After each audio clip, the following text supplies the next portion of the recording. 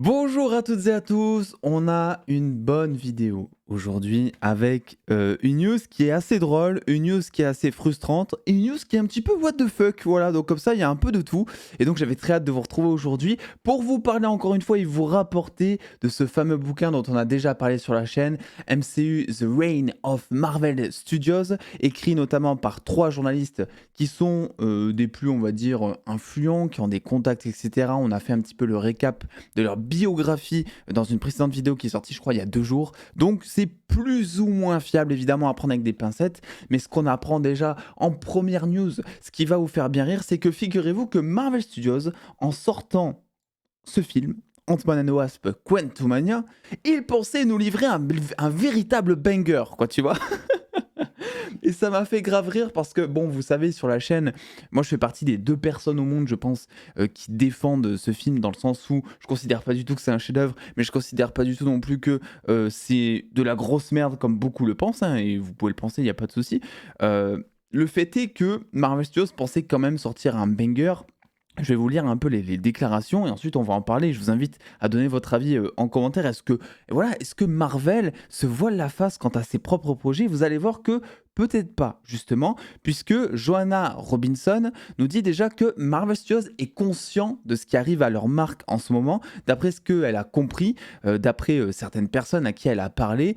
Quantumania, eh bien apparemment, ça les a vraiment secoués. Ça a été un petit peu la descente aux enfers parce qu'ils pensaient vraiment nous proposer quelque chose d'incroyable. Et elle dit aussi qu'elle est sûre que Secret Invasion les a encore plus secoués, puisque vous le savez, la série Secret Invasion a énormément déçu, d'autant plus quand on connaît l'œuvre originale de base. Parce que moi, je considère que Secret Invasion, si tu prends juste la série comme ça, voilà, à part entière, je trouve que c'est une série en termes de qualité qui se rapproche hein, de ce qu'était le MCU sur Disney+, à l'époque, WandaVision, Falcon, Loki saison 1. Ça fait partie pour moi des, voilà, des top 4 séries MCU. Mais c'est vrai que par rapport au matériel de base des comics, bon, Secret Invasion, ça aurait pu être genre banger absolu, tu vois ce que je veux dire. Donc, on va justement parler de ça vite fait concernant Ant-Man and the Wasp Quantumania, puisque elle a aussi déclaré, et je vous ai mis cette image, mais vraiment de type incroyable, vous pouvez me remercier, je sais que vous vouliez l'avoir absolument. Apparemment, eh bien, ils se sont dit que leur baromètre interne n'était plus adapté aux gens et ils pensaient, avec Ant-Man and the Wasp Quantumania, avoir sorti un banger, d'après les mots de Joanna Robinson. Et donc, apparemment, bah, c'est vraiment pas ce que beaucoup ont ressenti, puisque le film a totalement bidé, hein, effectivement, les critiques, j'en parle même pas. Et je trouve que si c'est vrai, si vraiment Marvel Studios pensait nous sortir un banger avec Ant-Man 3, il y a un véritable souci. Vraiment, parce qu'en OK, il y a Kang. OK, il y a des trucs comme ça, etc. Mais moi, je vous le dis depuis avant la sortie du film, ça reste un film Ant-Man. Tu peux pas d'un film Ant-Man nous sortir un truc à même équivalence d'un Iron Man ou voilà, c'est pas possible. C'est un film de base, enfin c'est un héros Ant-Man de base qui est un peu comique, etc. On apprécie peut-être Ant-Man 1, Ant-Man 2, je ne sais pas, mais on les apprécie pour ce qu'ils sont. On les apprécie parce que c'est des films familiaux, c'est des films drôles, c'est des films chill. Alors voilà, sortir Ant-Man 3 et s'attendre à ce que ce soit un banger, bon, je suis pas certain. Tu vois ce que je veux dire? Donc après, oui, le film a énormément déçu, etc. Mais voilà, même si le film avait été bien, ça reste un film Ant-Man. Moi, je pense que c'est pour ça. En fait, moi, j'étais parti vraiment de ce postulat et je suis toujours dans cette logique de pensée. Je pense que c'est pour ça que le film, en vrai, je m'attendais vraiment pas à énormément de choses. Je pense que c'est pour ça que j'ai pas été énormément déçu. Il est assez pour, il est assez contre. Mais je considère que c'est un film. Je trouve que Thor 4 est 10 fois pire qu'Ant-Man. Hein. Ah, vraiment. Il a des points positifs aussi, Thor 4.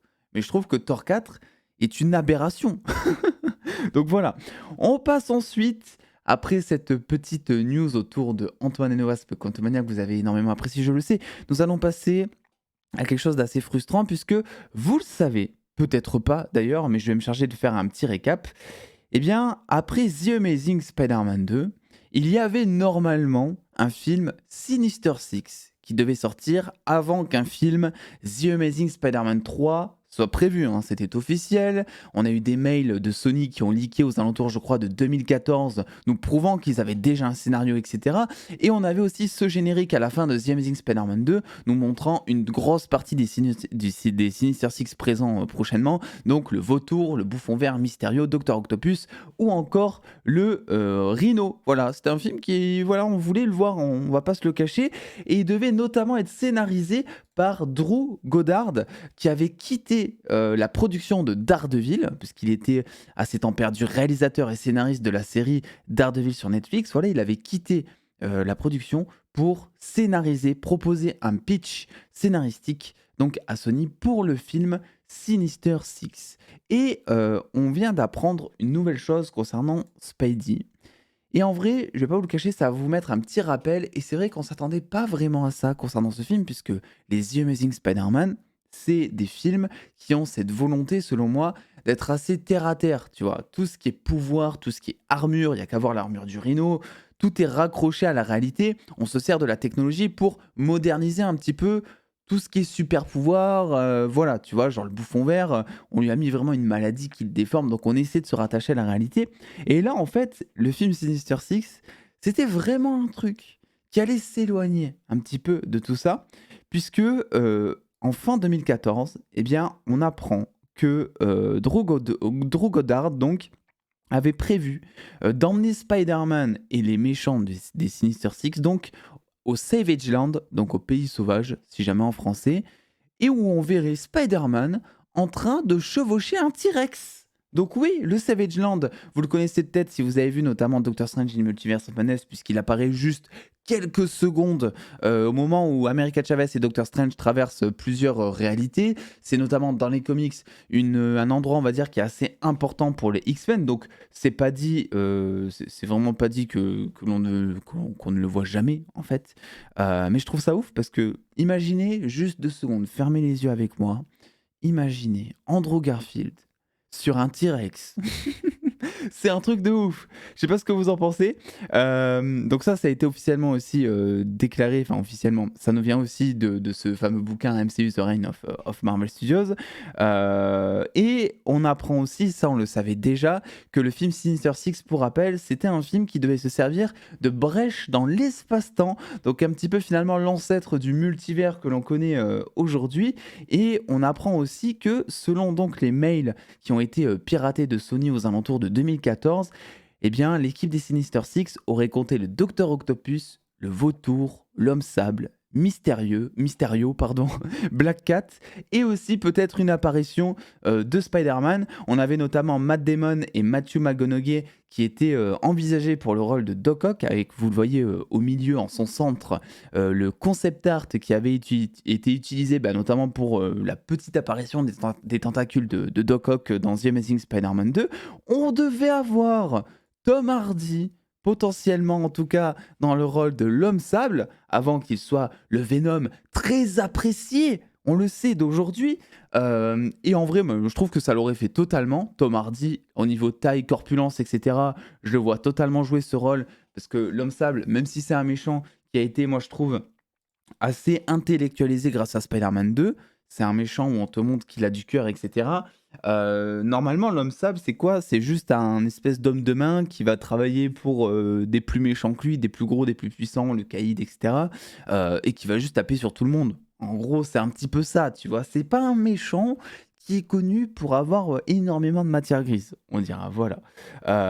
Donc voilà, et donc Tom Hardy en Homme Sable, et on avait aussi ce petit pitch, pourquoi est-ce qu'il y aurait un T-Rex en fait dans l'histoire? Parce que c'est vrai que tu te dis, putain, attends, t'as des trucs technologiques qui te raccrochent à la réalité, et après tu me dis que t'as un T-Rex d'un coup qui va apparaître. Eh bien apparemment, Doc Ock cherchait à libérer ce T-Rex qui s'appelait Gog. Il était dans une dimension parallèle, ce T-Rex, et il voulait donc le ramener à la réalité pour le recruter dans le Sinister Six. C'est incroyable, je trouve. Alors c'est vrai que vu comme ça a l'air totalement what the fuck. Mais franchement, même là, ça me donne envie. Tu sais, ce projet Sinister Six. Alors on le sait, il y a un projet Sinister Six qui va arriver un jour ou l'autre. On le sait tous. Effectivement, t'as Kraven, t'as Madame Web qui va rentrer dans le Spider-Verse, t'as du Venom, t'as du Morbus. On sait que Sony prévoit ça. Parce qu'ils savent que s'ils nous font un truc Sinister Six, s'ils nous font un truc dans l'environ de, voilà, dans l'univers de Spider-Man, on sait très bien que ça va fonctionner. Tu vois, les films Venom, ça fait 2 fois que c'est de la grosse merde et ça fait du box-office. C'est rentable. Il y a un Venom 3 en préparation. Bon, Morbus, c'est autre chose. Ok, je vous l'accorde. Mais voilà, on le sait. Quoique Venom 1, pour moi, n'est pas un si mauvais film que ça. En termes d'adaptation, c'est de la merde, mais en termes de film chill, je trouve que, bon, il y a pire. Genre Morbius, genre Thor 4. Oui, je trouve que Thor 4 est plus mauvais que Venom. Voilà, premièrement. Ensuite, on va passer à la dernière news de cette vidéo qui concerne la saison 1 de Loki. Alors, évidemment, pas de spoiler sur la saison 2 ici, hein, ne vous inquiétez pas si jamais vous attendez la fin de la diffusion des épisodes, etc.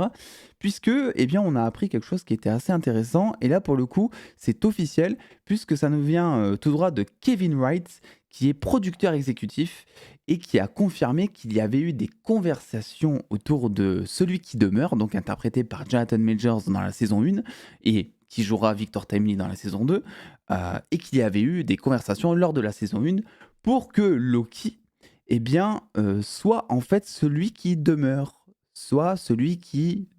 en fait justement sur tout le multivers, soit à la fin de la saison 1, celui qui va, entre guillemets, tout contrôler, etc. Il a confirmé qu'il y avait eu des discussions, alors qui étaient très en surface, évidemment. Il a dit notamment nous pensions simplement que Celui qui demeure serait un excellent titre pour le dernier homme debout dans cette guerre multiversielle. Dans la salle des écrivains, toutes les idées étaient sur la table. Il y a eu des conversations sur la question de savoir si Loki devait être celui qui demeure. Et il a également dit ces conversations ne sont pas allées très loin. Je ne pense même pas que cela ait atteint Tom Hiddleston, parce que même s'il y a quelque chose d'amusant là-dedans et qu'il y a des aspects convaincants, cela donne l'impression que l'univers est tout petit. Donc voilà, Celui qui demeure devait rester une version, un variant de Kang le Conquérant. Et j'aimerais avoir votre avis là-dessus. Est-ce que selon vous, Loki en mode voilà, le dernier homme debout, celui qui contrôle le multivers, est-ce que selon vous ça aurait été une bonne idée? Est-ce qu'on n'a pas déjà un peu vu ça? Et est-ce que finalement toute la route autour de Loki aurait pas été différente? Puisque là où justement on a toute cette question d'un Loki qui essaie, on va dire, durant ces 2 premières saisons, de mettre son ego de côté, de devenir un héros, d'avoir des responsabilités, de penser à autre chose qu'à lui-même, chose qui n'était absolument pas le cas durant ses premières apparitions dans le MCU avec le variant principal, on dira. Est-ce que ça aurait pas fait un peu un aspect répétitif finalement, dans le sens où Loki, tout ce qu'il aurait gagné à la fin de la saison 1 de Loki, c'est un nouveau trône, quelque part. On peut presque interpréter ça aussi de manière à ce que ce soit Sylvie finalement qui est celui ou celle qui demeure, puisque elle tue celui qui demeure en saison 1, ce qui fait d'elle finalement son héritière, on dira, même si ça n'a pas du tout été interprété comme ça dans la saison 1 à la fin. Mais ça aurait pu, ils auraient pu se dire, ok, Sylvie prend la place de celui qui demeure. Donc finalement, moi, vous savez, j'adore la série Loki, donc je considère qu'il faut pas y toucher. Et en l'état de cette saison 1, en tout cas, parce que la saison 2, elle vient tout juste de commencer, voilà, je trouve que c'est très bien comme ils ont fait.